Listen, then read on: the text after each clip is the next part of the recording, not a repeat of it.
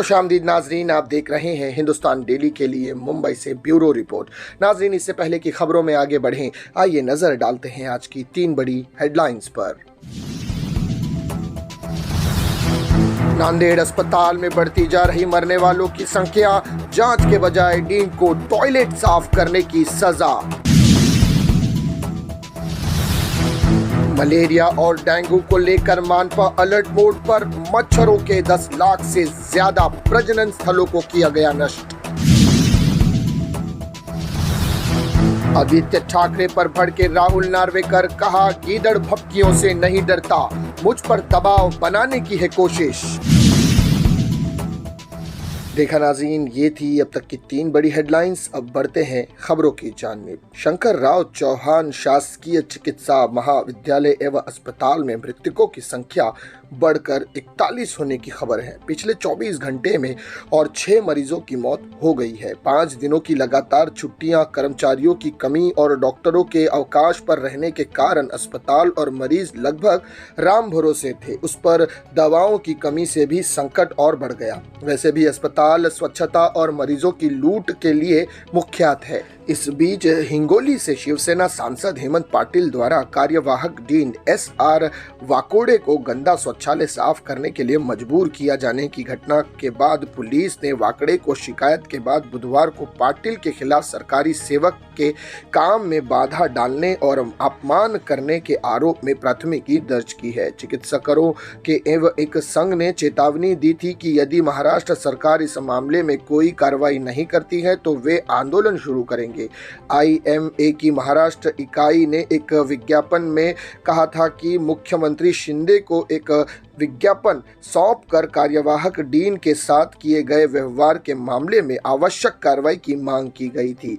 IAM Maharashtra इकाई के अध्यक्ष रविंद्र कूटे ने कहा कि चिकित्सकों का समुदाय भी यह चाहता है कि नांदेड़ अस्पताल में हुई मौत की उचित जांच हो। IMA ने दावा किया कि मरीजों की संख्या को देखते हुए अस्पताल में कर्मचारियों की संख्या कम है। वहीं बॉम्बे हाई कोर्ट ने नांदेड़ और छत्रपति संभाजी नगर के सरकारी अस्पताल में हुई मौत पर स्वतः संज्ञान लेते हुए राज्य सरकार के विस्तृत रिपोर्ट तलब की है और हाईकोर्ट ने कहा है कि 5 अक्टूबर को वो इस मामले की सुनवाई करेंगे। तो ये थी नाजरीन अब तक की पहली बड़ी खबर। आइए बढ़ते हैं अब दूसरी खबर की जानिब। BMC के सार्वजनिक स्वास्थ्य विभाग ने मानसून के दौरान रुके हुए पानी के कारण होने वाली बीमारी जैसे कि मलेरिया और डेंगू को रोकने के लिए नगर निगम क्षेत्र अधिकार में एक विशेष खोज अभियान चलाया है। इस खोज अभियान के तहत नगर निगम की कीट नियंत्रण विभाग ने जनवरी 2023 से 30 सितंबर 2023 तक 9 महीने की अवधि में डेंगू और मलेरिया मच्छरों के 1,06,898 प्रजनन स्थलों को नष्ट कर दिया है।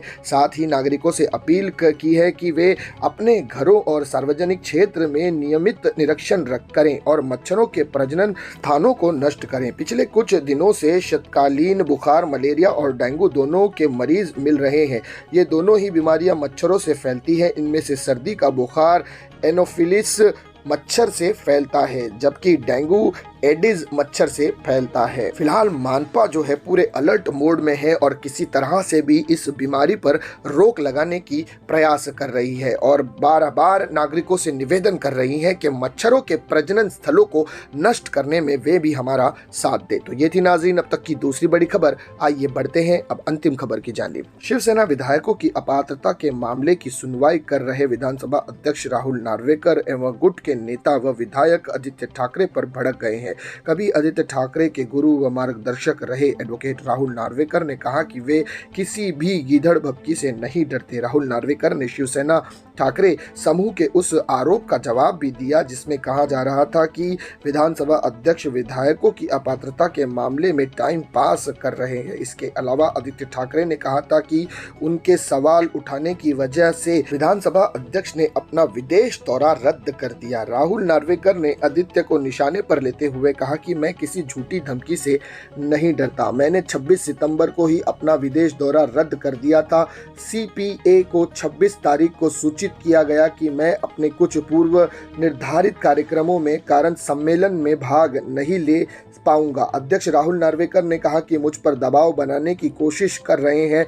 मैं विधायक की अपात्रता के मामले में फैसला कानून के दायरे में लिया जाएगा। किसी को भी निर्णय लेने की प्रक्रिया को प्रभावित करने का प्रयास नहीं करना चाहिए। उन्होंने कहा कि कोई माध्यमों से कई लोग मेरी निर्णय लेने की प्रक्रिया को प्रभावित करने की कोशिश कर रहे हैं, लेकिन मैं पहले ही कह चुका हूं कि मैं अपना फैसला संविधान के प्रावधानों के आधार पर लूंगा। मैं किसी भी उल्लू जुल्लू आरोप से उचित होने वाला नहीं हूं। आदित्य ठाकरे पर तंज कसते हुए राहुल नार्वेकर ने कहा कि मैं उन विधायकों की तरह काम नहीं करता जो विधान परिषद विधायक के बल पर अपना निर्वाचन क्षेत्र चलाते हैं। आज भी मैं अपने निर्वाचन क्षेत्र कार्यालय में प्रतिदिन 4 घंटे बैठकर लोगों की समस्याओं का समाधान करता हूं। तो ये थी नाजरीन अब तक की 3 बड़ी खबरें जिन पर तफसील से बात की गई। इसी तरह की खबरों के लिए हमारे चैनल को सब्सक्राइब कीजिएगा। मैं राष्ट्रीय हिंदुस्तान डेली से फिर मिलूंगा किसी अगली खबर के साथ। तब तक के लिए जय हिंद।